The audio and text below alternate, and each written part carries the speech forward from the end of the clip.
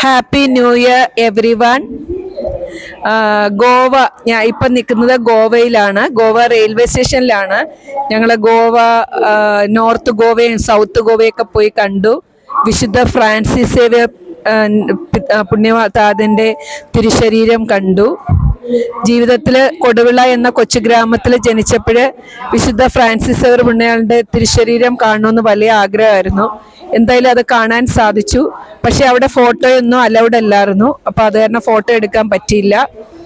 അപ്പോൾ നമ്മൾ വിശുദ്ധ ജെറോം പറയുന്നത് പോലെ നമ്മൾ ബൈബിളിലൂടെ യേശുവിനെ കാണാൻ ശ്രമിക്കുക. അപ്പോൾ യേശു നമ്മളെ ലോകം മുഴുവൻ കാണാൻ കൊണ്ടു നടക്കും. അപ്പോൾ അതുപോലെയാണ് നമ്മൾ ഓരോ സ്ഥലങ്ങൾ കാണാൻ പോകുമ്പോഴും നമ്മളെ ദൈവത്തിൻ്റെ ഒരു സ്പന്ദനം നമ്മളിലൂടെ ഉണ്ടായിരിക്കണം.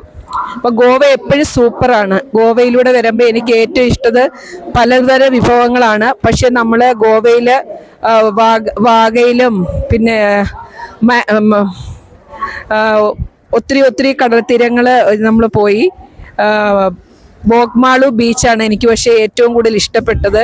പക്ഷെ ബോഗ്മാളുവിൽ ഏറ്റവും കൂടുതൽ വളരെ ശാന്തമായ അന്തരീക്ഷം.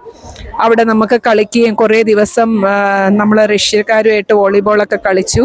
നല്ല രസമായിരുന്നു. അവിടെ വളരെ ശാന്തസുന്ദരമായ സ്ഥലം. നമുക്ക് എപ്പോഴും മനുഷ്യന് മൈൻഡ് ആൻഡ് ബോഡി റിലാക്സേഷൻ അത്യാവശ്യമാണ്. അപ്പോൾ കിട്ടുന്ന അവധി സമയത്തൊക്കെ മൈൻഡും ബോഡി റിലാക്സ് ആകാൻ നമുക്ക് എപ്പോഴും ഒരു മാറ്റം ആവശ്യമാണ്. നമ്മൾ താമസിക്കുന്ന സ്ഥലമായാലും മനുഷ്യന് എപ്പോഴും ഒരു മാറ്റം ആവശ്യമാണ്. അപ്പം നമ്മൾ ഓരോ സ്ഥലങ്ങളും മാറുന്തോറും നമ്മുടെ മെൻ്റൽ ഹെൽത്തും ഫിസിക്കലി നമുക്ക് ഇമ്പ്രൂവ് ചെയ്യാൻ സാധിക്കും. അതുകൊണ്ടാണ് എനിക്ക് യാത്രകൾ കൂടുതൽ ഇഷ്ടമാകുന്നത്. അപ്പോൾ ഗോവ നമുക്ക് ഏറ്റവും നമുക്ക് സന്തോഷം തരുന്ന ഒരു സ്ഥലമാണ്. നന്നായിട്ട് എൻജോയ് ചെയ്യാവുന്ന ഒരു സ്ഥലമാണ് ഗോവ. പിന്നെ എവിടെ നോക്കിയാലും പള്ളികളും വളരെ പ്രാർത്ഥനാ നിർഭരമായ ഒരു സ്ഥലമാണ്. അപ്പോൾ ഗോവ എപ്പോഴും അടിപൊളിയാണ്, super. Thank you and praise the Lord Jesus.